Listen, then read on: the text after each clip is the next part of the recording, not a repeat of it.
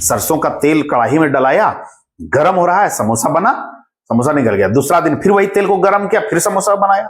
फिर चौथा दिन पांचवा दिन ऐसे होता रहा, तेल का तो क्वांटिटी थोड़ा सा घटा, फिर फ्रेश तेल उसमें डाल दिया, फिर गर्म हो रहा है। तो इस तरह का जो बार बार जो सर्कुलेशन उसका चल रहा है, जिसके चलते क्या होता है कि थर्मल ऑक्सीडेशन होता है कि बॉडी में अगर फ्री रेडिकल्स ज्यादा बढ़ जाएंगे तो हार्ट अटैक्स का, हार्ट ब्लॉकेज का, बीपी का बहुत सारे इश्यूज होते हैं, लंग्स प्रॉब्लम होते हैं, लीवर प्रॉब्लम होते हैं, कि कैंसर जैसे बीमारी का आगाज आपके बॉडी में शुरू हो जाएगा और शुरू हो जाती है। होटल है, खोमचा है, गुमचा है, फलना ढगना, जहां छना भुना रहा है, लड़का लोग भी छना भुना रहा है, खूब खाने पीने में रहता है, तो उसमें जो डॉक्टर्स एडवाइस करते हैं, अपने टीचर एडवाइस करते हैं, प्रोफेसर जो होते हैं वो एडवाइस करते हैं कि भाई बाहर का खाना नहीं खाना है, होटल का खाना नहीं खाना, करेंगे तो साबुन बनने का प्रोसेस होता है। नीम के बारे में जानेंगे।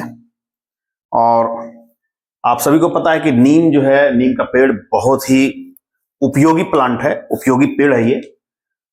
नीम का हर पार्ट जो है बड़ा उपयोगी होता है, वैल्यूएबल है। चाहे वो नीम का तेल हो, नीम का पत्ता हो, उसके लीव्स हो, उसके बार्क हो, ठीक है, सब कुछ जो है उसका बहुत वैल्यूएबल है, बहुत उपयोगी है, यूजफुल है नीम। आज हम लोग देखते हैं कि नीम का क्या यूजेज है, किस किस डिजीज में इसका खास यूज होता है। नीम को विलेज फार्मेसी के नाम से भी जानते हैं। नीम को विलेज फार्मेसी के नाम से भी जानते हैं। क्यों? क्योंकि गांव में इस नीम के पेड़ से बहुत सारे बीमारियों का इलाज स्वयं जो विलेजर्स कर लेते हैं, ठीक है, स्वयं करते हैं इलाज, इसीलिए इसको विलेज फार्मेसी के नाम से भी नीम को जाना जाता है। इसका बॉटनिकल नेम जो होता है वो आजादी रेक्टा इंडिका कहलाता है। आजादी रेक्टा इंडिका बॉटनिकल नेम है इस नीम के पेड़ को, ठीक है। नीम का ऑयल का बहुत इंपॉर्टेंट है, जो आगे हम लोग पढ़ेंगे। कौन से एक्टिव कंस्टिट्यूएंट्स इसमें होते हैं, कौन से केमिकल्स उसमें होते हैं, कौन से अल्कलॉइड्स होते हैं, उसकी जानकारी आज हम लोग इस लेक्चर में देखेंगे, इस वीडियो में देखेंगे। ये जो है हर एक जगह आपको मिल जाएगा, लगभग भारत के हर कोने में मिल जाता है। महाराष्ट्र, तमिलनाडु, म्यांमार, केरल, म्यांमार एक अलग कंट्री, सारी जगह में लगभग ये बहुत सारे जगहों में ये मिलता है। अपने इंडिया में खास करके कई इलाकों में मिलता है, आंध्र प्रदेश, उत्तर प्रदेश, झारखंड, बिहार, लगभग सब जगह ये मिल जाएगा आपको। और विलेजर्स इसका जो है अच्छा खासा यूज करते हैं। बहुत पहले तो ट्रेडिशनली जो इसका खूब यूज होता था, बहुत यूज होता था, और आज के टाइम में भी इसका यूज होता है। आयुर्वेदा में इसका बहुत यूज होता है, एलोपैथ के मेडिसिन में भी इसका जो कंपोजिशन में बहुत सारे ऐसे ऐसे प्रिपरेशन आते हैं जिसमें इसके एक्टिव कंस्टिट्यूएंट्स को ऐड किया जाता है। तो देखते हैं कि इस आजादी रेक्टा इंडिका में जो एक्टिव कंस्टिट्यूएंट्स होते हैं वो कौन कौन से हैं, हम आपको पढ़ के बता दे रहे हैं। एक होता है, जैसे इसी के नाम के इंडिकेशन से आजादी रेक्टा इंडिका है, तो आजादी रेक्टीन एक एक्टिव कंस्टिट्यूएंट्स है, ठीक है। उसके अलावा जो है निम्बीन है, निम्बिडीन है, बहुत आसानी से याद किया जा सकता है। आजादी रेक्टीन, निम्बीन, निम्बिडीन, क्यूरसेटीन, निम्बोलाइड और एक है जेडुनीन। ये जो चीज है ये फाइटोकेमिकल्स हैं, प्लांट में मिलने वाले केमिकल्स हैं। और ये आजादी रेक्टीन जो है वो सिर्फ सीड में मिलता है, हालांकि परसेंटेज का सबसे ज्यादा सीड में है, मे भी कहीं और भी 0.5%, 1% हो सकता हो, पर आजादी रेक्टीन जो है वो सीड में ही स्पेशली ज्यादा मिलता है। इसका यूज जो होगा वो क्या है, क्योंकि आपको एक चीज मैं बतला देना चाहूंगा कि ये जो इसका जो ऑयल होता है वो एडिबल नहीं होता है, उसको खाना नहीं है, सिर्फ उसको लगाना है, बाहरी एक्सटर्नल यूजेज करना है, इंटरनल यूजेज नहीं करना है, ठीक है। ये एक्सटर्नल यूज ही करना है इसका, ऑयल का। ऑयल की सिर्फ बात बोल रहे हैं, बाद बाकी नीम का बार्क है, उसका लीफ है, उसको तो लोग आराम से पीता है, आराम से उसको पीना है। बहुत सारे उसका जो है मेडिसिनल वैल्यू है कि पीने से क्या क्या होता है, अभी बतलाएंगे आपको। आपको ये पता है कि नीम का जो ऑयल होगा वो फिक्स्ड ऑयल है। प्रीवियस हमने लेसन में लेक्चर में पढ़ा भी है कि फिक्स्ड ऑयल क्या है, ठीक है। ये वोलाटाइल नहीं होते हैं, वाष्पित नहीं होते हैं। किसी भी जगह में अगर ये गिर जाता है, कोई बुक में, किताब में, कॉपी में, कहीं भी, तो ये अपना धब्बा दाग छोड़ देते हैं और काफी दिनों तक रखते हैं, बहुत चिकनाहट बना हुआ उनका रहता है। यही इसका पहचान है फिक्स्ड ऑयल का, यानी फिक्स रहेगा, वेपोराइज नहीं करेगा, दौड़े उड़ेगा इधर उधर नहीं।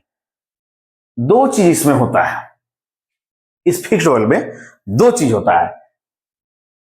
कोई भी ऑयल है, चाहे वो प्लांट से रिलेटेड जो भी ऑयल हो, उसका यूज इंडस्ट्री में साबुन बनाने के काम में आता है। साबुन बनाने के काम में आता है, सोप उसका बनाया जाता है। लेकिन इस ऑयल में दो पार्ट होते हैं, एक सपोनिफिएबल पार्ट होगा, एक अनसपोनिफिएबल पार्ट होगा। एक सपोनिफिएबल पार्ट होगा जो बहुत ज्यादा परसेंटेज में होगा। अभी इधर ये एक्टिव कंस्टिट्यूएंट्स को थोड़ा सा ब्रेक लगा के आपको इंट्रोडक्शन बता रहे हैं इस ऑयल के बारे में। ये फिक्स्ड ऑयल होता है और इस फिक्स्ड ऑयल को, इस नीम के ऑयल को सिर्फ एक्सटर्नली यूज करना है, बाहरी तौर पर यूज करना है, इंटरनली नहीं करना है, ठीक है। तो इस फिक्स्ड ऑयल में हम बता रहे हैं कि इस फिक्स्ड ऑयल में या इस ऑयल में जो है दो पार्ट्स में, ऑयल में ही समझिए दो पार्ट होता है। एक सपोनिफिएबल पार्ट होता है, एक अनसपोनिफिएबल पार्ट होता है। सपोनिफिकेशन अगर कोई पढ़ा होगा 8th 9th 10th में, इस समय सब मिल जाता है। सपोनिफिकेशन साबुन बनाने की प्रक्रिया, ठीक है।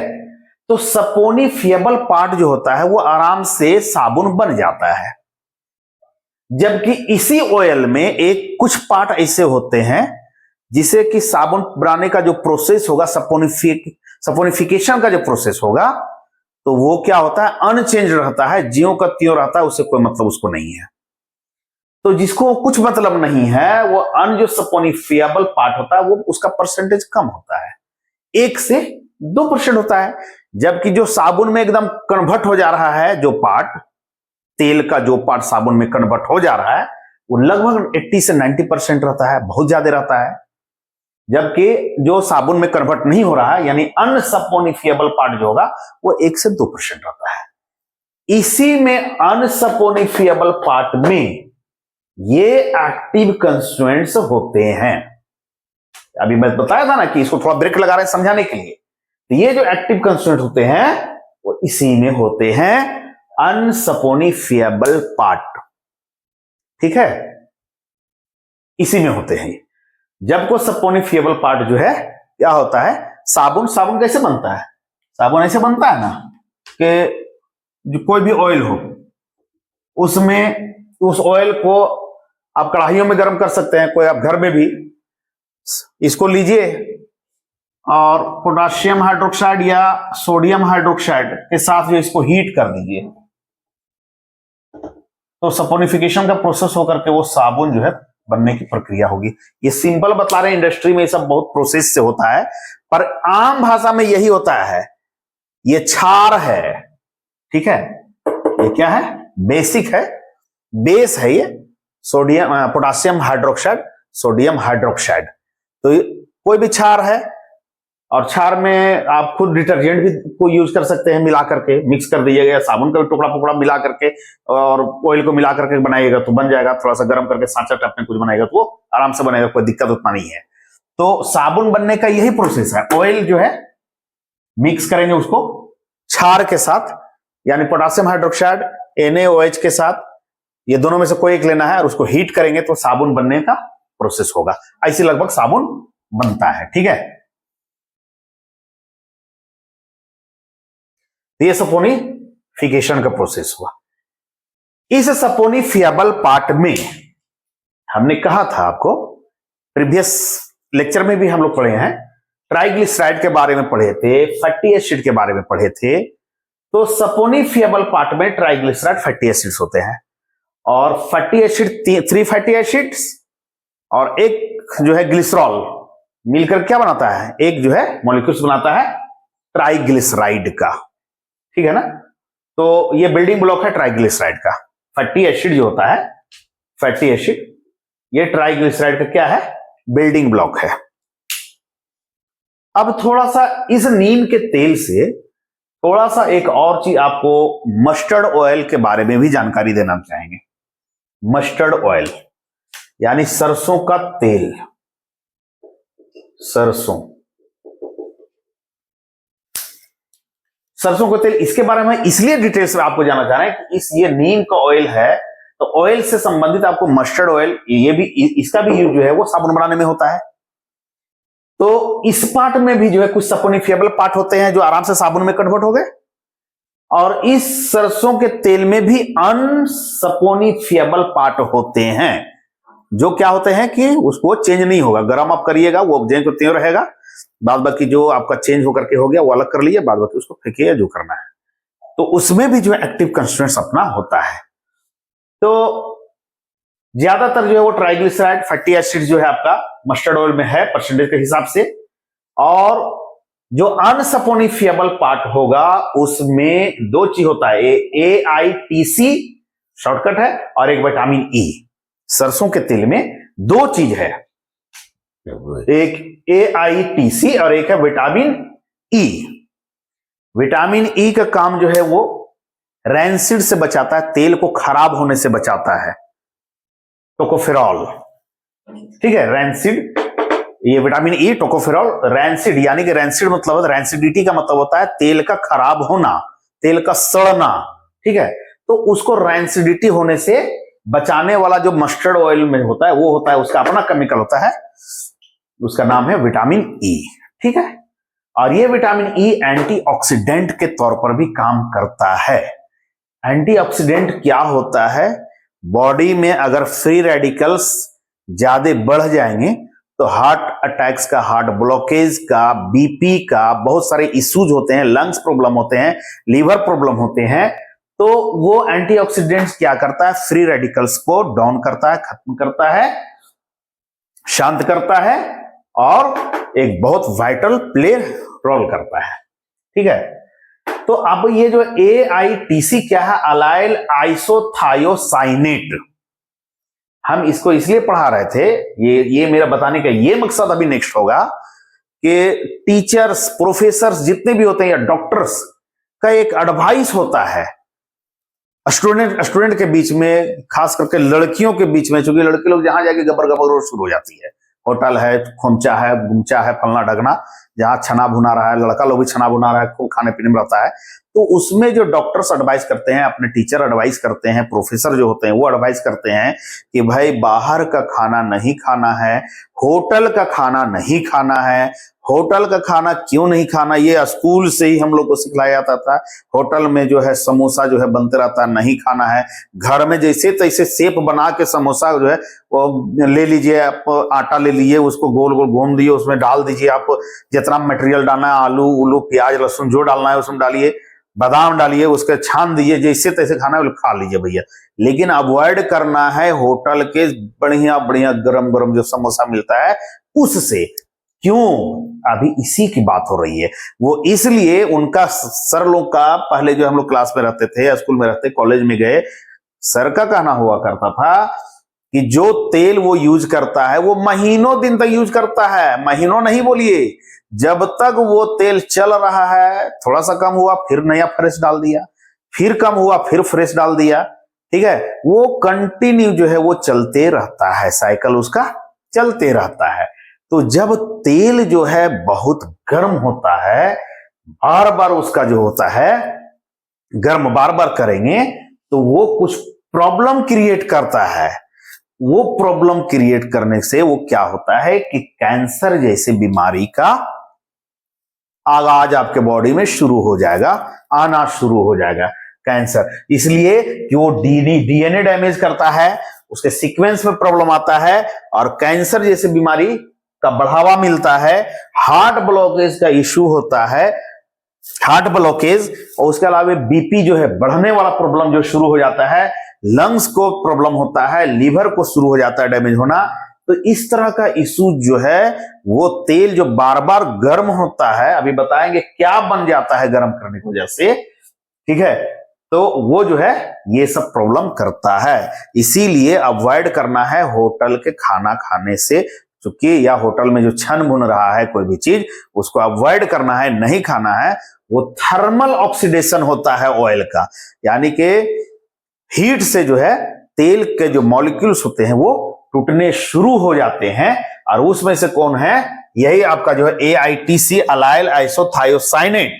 और ये और ये तो आपका ऑयल में दो चीज रहा, ये दो चीज रहा, कौन सा, ये सपोनिफिएबल पार्ट में दो चीज रहा।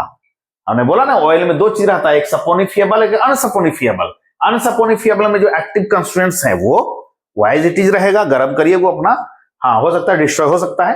पर ये सपोनिफिएबल में जो है ट्राइग्लिसराइड फैटी एसिड्स होते हैं। और इस मस्टर्ड ऑयल की जो बात हुई थी, इस सपोनिफिएबल पार्ट में AITC और ये विटामिन E होता है। तो अलाइल आइसोथायोसाइनेट और विटामिन E, तो अलाइल आइसोथायोसाइनेट को AITC कह रहे हैं। और इसी AITC के कारण पंजेंसी होता है। देख आप अगर कहीं पर जैसे मिल है वहां पर तेल पेरा रहा, आप जाइएगा तो पूरा आंख में एकदम लहरने लगेगा, तो उसका जो पंजेंसी उसी को बोलते हैं, ठीक है ना। जलन जो होने लगता है वो इसी के चलते होता है, AITC के चलते होता है। और ये जो है एंटीबैक्टीरियल एंटीफंगल का काम करता है, ठीक है। आप देखेंगे, आप पुराने जमाने लोग है सरसों का तेल लगा लिया करता था सुबह शाम, जो है रात में खास करके रगड़ घस करता था, मसाज करता था, है ना। तो ये जो है किसके चलते, वो एंटीबैक्टीरियल, बैक्टीरिया को अगेंस्ट में ये काम करता है, बैक्टीरिया को पनपने नहीं देता है बॉडी में। फंगल इन्फेक्शन देखते हैं, अगर खुजली उजली शुरू हो गया तो उन लोग वो सब लगा करके अपना बॉडी को वो ठीक क्या कर देते हैं। और फिर क्या होता है, कभी आप जैसे तेल आप लगाइएगा सरसों का तेल, तो बॉडी में जो है गर्माहट महसूस होने लगता है। वो गर्माहट इसी केमिकल के चलते होता है, AITC के चलते होता है। यहां तक होगी क्लियर। अब एक चीज और है, बहुत इंपॉर्टेंट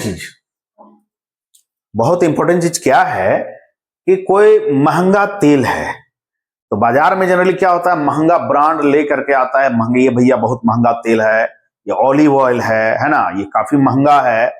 तो ऑलिव ऑयल में भी एडल्ट्रेशन हो जाता है, मिलावट हो जाता है, ठीक है। लोग मिला करके मार्केट में बेचते हैं ज्यादा फायदा कमाने के लिए।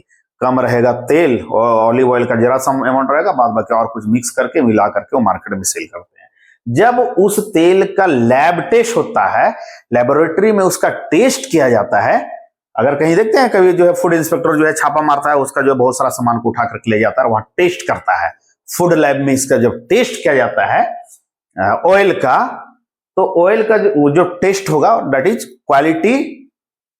क्वालिटी कंट्रोल के अंडर में जो आएगा उसको टेस्ट करना। क्वालिटी कंट्रोल में कौन पास करा नहीं कर रहा है, तो क्वालिटी कंट्रोल के अंडर में जो लैब में जो वो टेस्ट होता है, तो वही देखा जाता है कि क्या होता है उसमें, अनसपोनिफिएबल पार्ट जो होगा वो ज्यादा रहता है।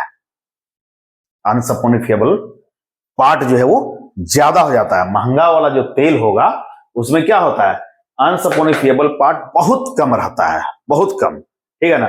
लेकिन जब उसमें कोई सस्ता तेल मिला रहे हैं और मिक्स उसमें कर रहे हैं, मिक्सिंग हो रहा है, तो पकड़ता है वही कि जो है अनसपोनिफिएबल पार्ट जो है वो क्या होता है, बढ़ जाता है, ठीक है। सपोनिफिएबल पार्ट जो उसका परसेंटेज है वो तो रहेगा, लेकिन वो अनसपोनिफिएबल पार्ट जो है उसका परसेंटेज को जब वो बढ़ जाता है तो समझ में आ जाता है कि इस तेल में मिलावट है। क्योंकि ऑलिव ऑयल में सबका एक डाटा बना हुआ है, चाहे वो आलमंड ऑयल हो, ऑलिव ऑयल हो, मस्टर्ड ऑयल हो, पाम ऑयल हो, तो सबका जो है परसेंटेज ये बना हुआ है कि किसमें सपोनिफिएबल पार्ट का परसेंटेज कितना है और अनसपोनिफिएबल पार्ट का परसेंटेज कितना है।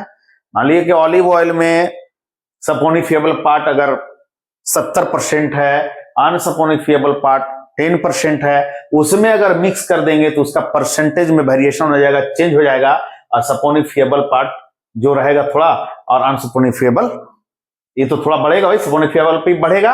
और अनसपोनिफिएबल जब बढ़ता है, मान ले अरे भाई इसका तो 1% था या इसका 10% था, तो ऑलिव ऑयल में अनसपोनिफिएबल पार्ट जो है, जो नीचे वाला ये अनसपोनिफिएबल जो बहुत कम रहता है तेल में, ये जब बढ़ जाएगा तब समझ में आता है कि इसमें मिक्स हो गया, मिलावट हो गया तेल में। तब फूड इंस्पेक्टर डिसाइड करता है कि इसमें ये मिलावट है। फिर टेस्ट होता है कि इस ऑयल में कौन सा मिलावट हुआ है।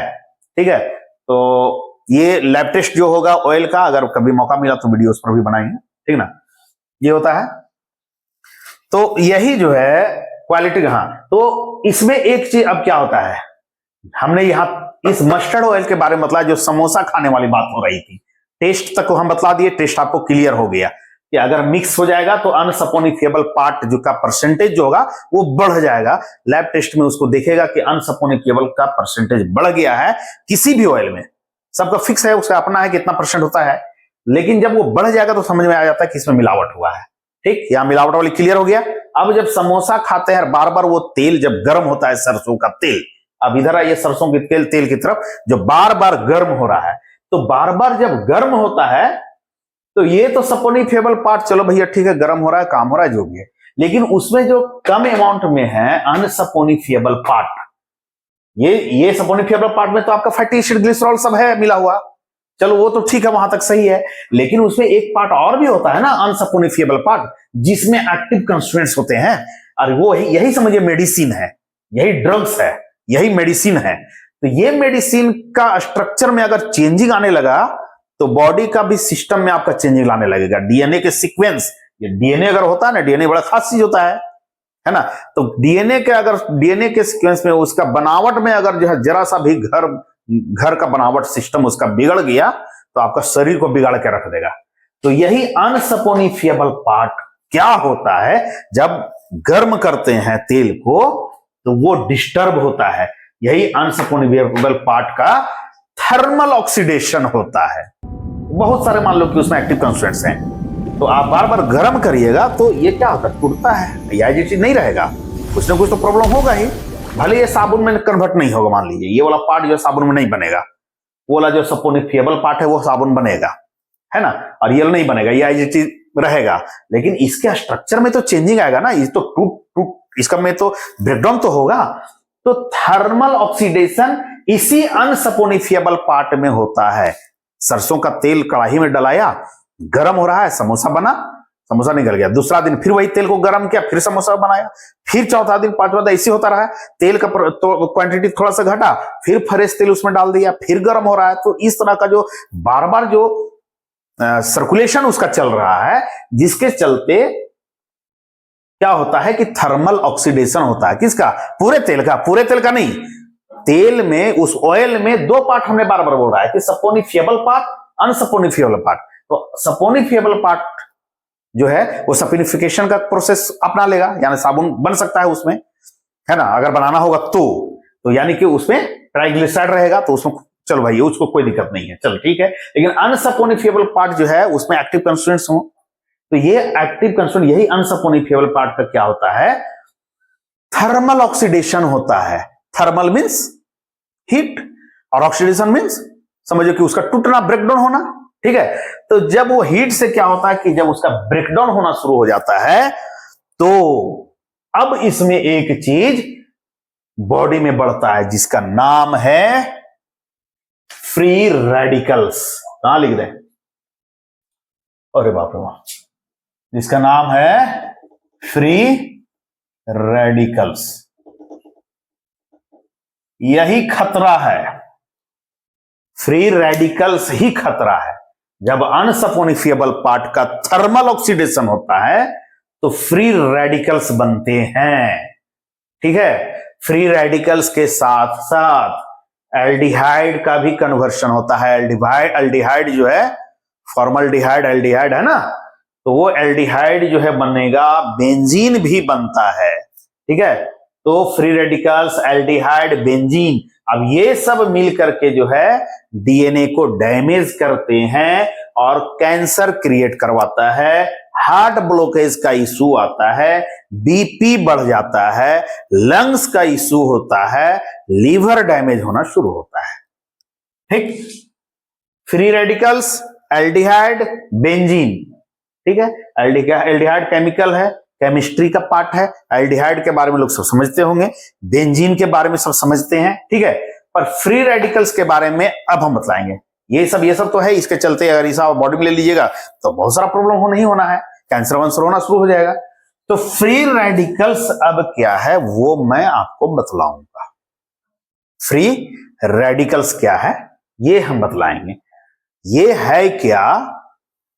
और इसी फ्री रेडिकल्स को यहां जब फ्री रेडिकल्स हमारे बॉडी में अगर बन गया, क्योंकि ये बड़ी खतरा वाला चीज है, फ्री रेडिकल्स के चलते ये सब प्रॉब्लम होने लगेगा, बहुत सारे डिजीज आते हैं।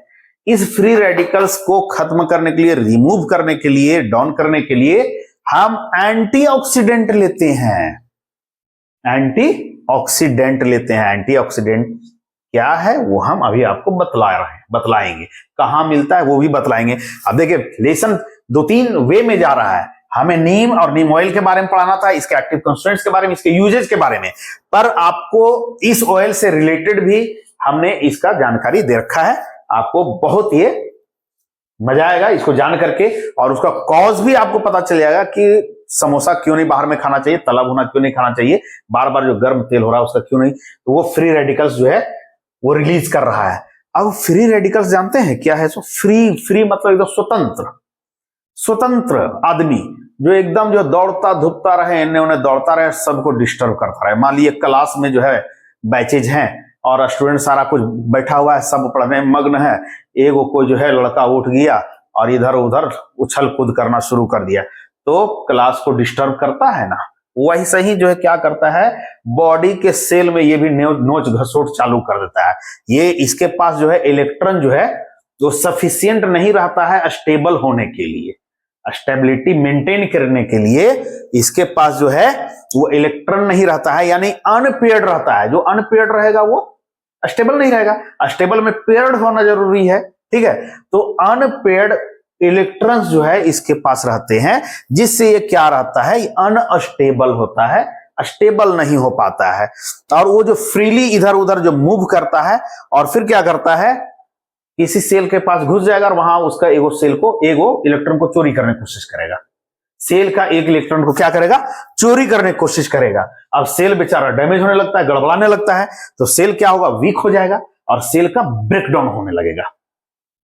फ्री रेडिकल्स का यही खतरा है। फ्री रेडिकल्स दौड़ते रहेगा इन्होंने और जा करके जने तने घुस करके किसी भी सेल में घुस करके उसके इलेक्ट्रॉन को क्या करेगा, चुरा करके सोचेगा कि हम स्टेबल होंगे, हम बैठेंगे। फ्री रेडिकल्स बढ़ता रहता है, इलेक्ट्रॉन कितना चुरावेगा और जहां जहां जाएगा डैमेज करेगा, सब सेल को डिस्टर्ब करेगा और सेल जो है वीक होगा, सेल का ब्रेकडाउन होगा, वहां से चालू हो जाएगा आपको प्रॉब्लम, ठीक।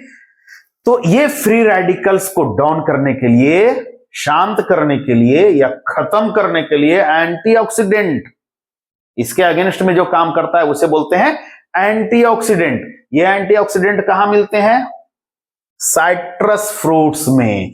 Vitamin C, vitamin E, beta carotene, ये सब जितने हैं वो सब क्या हैं, एंटीऑक्सीडेंट हैं। ये क्या है, एंटीऑक्सीडेंट हैं, ठीक है। उसके अलावा ये क्या होता है, एंटीऑक्सीडेंट और कहां मिलेगा, आपके सनफ्लावर का सीड होगा उसमें मिलेगा, आपका वालनट जो होता है, अखरोट, उसमें फ्री एंटीऑक्सीडेंट मिलता है। तो ये एंटीऑक्सीडेंट जो है वो फ्री रेडिकल्स को शांत करता है। इस एंटीऑक्सीडेंट में एक्स्ट्रा इलेक्ट्रॉन्स होते हैं, ठीक है। फ्री रेडिकल्स में क्या होता है, अनपेयर्ड इलेक्ट्रॉन्स होता है, वो डिस्टर्ब करता है। तो एक्स्ट्रा इलेक्ट्रॉन जो है एंटीऑक्सीडेंट के पास होता है। एंटीऑक्सीडेंट के पास क्या होता है, एक्स्ट्रा इलेक्ट्रॉन होता है। अब एक्स्ट्रा इलेक्ट्रॉन होता है तो वो क्या करता है, डोनेट करता है, दान कर देता है। लो भैया तुमको हम दान कर दिए, फ्री रेडिकल्स तुम ऐसा आओ, तुमको एक इलेक्ट्रॉन हम देते हैं, सबको डिस्टर्ब मत करो, क्लास डिस्टर्ब नहीं, ठीक है। तो वो बेचारा जो डोनेट कर देता है, दान कर देता है, और फ्री रेडिकल्स फिर जो है वो शांत हो जाता है, काम उसका हो गया, वो शांति बनाए रखता है, क्लास स्मूथली चलता है, बॉडी हमारा स्मूथली चलेगा, कहीं डिस्टरबेंस नहीं आएगा, ना लीवर में आएगा, ना लंग्स में आएगा, ना कैंसर वैंसर का कोई इशू आएगा, ना हार्ट वार्ट में ब्लॉकेज का इशू आएगा, ना बीपी का। हालांकि बीपी बढ़ने का अलग अलग कारण है, कैंसर होने का अलग कारण, लेकिन उसमें से एक पार्ट ये है। ये हम नहीं बोल रहे हैं कि फ्री रेडिकल्स के चलते ही कैंसर होता है, या उसी के चलते हार्ट ब्लॉकेज होता है, या उसी के चलते जो है बीपी बढ़ता है, उसका भी एक कारण है फ्री रेडिकल्स का, जो ये बतलाए ना। आप खाइए ना, महीना दिन 2 महीना तक कंटिन्यू जरा सा होटल का सामान खा लीजिए, कंटिन्यू देखिए क्या प्रॉब्लम होता है। 2 दिन में आदमी का हालत खराब हो जाता है, अरे यार ऐसा हो रहा है, या वैसा हो रहा है। ठीक है, तो यही वजह है फ्री रेडिकल्स। तेल गर्म होता है बार बार, वो छोड़ दिया एल्डिहाइड, छोड़ दिया है ना, फ्री रेडिकल छोड़ दिया, रिलीज किया एल्डिहाइड, रिलीज किया बेंजीन, रिलीज किया। क्यों? किसका? वही जो है तेल का जो है थर्मल ऑक्सीडेशन। और उस तेल में 2 पार्ट है, सपोनिफिएबल और अनसपोनिफिएबल। बहुत अच्छे से आपको हम समझाए हैं। अगर किसी तरह का प्रॉब्लम आपको लगता है तो जरूर कमेंट बॉक्स में आप कमेंट करिए, ताकि कि फिर से हम आपको क्लियर कर सके। और अच्छा लगे तो प्लीज आप इसको लाइक करिए। आप लाइक करेंगे तो मेरा मनोबल जो है बढ़ेगा, वरना गिरेगा तो भैया बड़ी तकलीफ होता है। इसलिए इसको थोड़ा सा पुशअप करिए आप। आइए, तो एंटीऑक्सीडेंट्स जो है वो कहां कहां मिलते हैं? एंटीऑक्सीडेंट बोले ना, उसके पास इलेक्ट्रॉन जो है अपना एक फ्री, एक क्या रहता है, एक्स्ट्रा इलेक्ट्रॉन रहता है।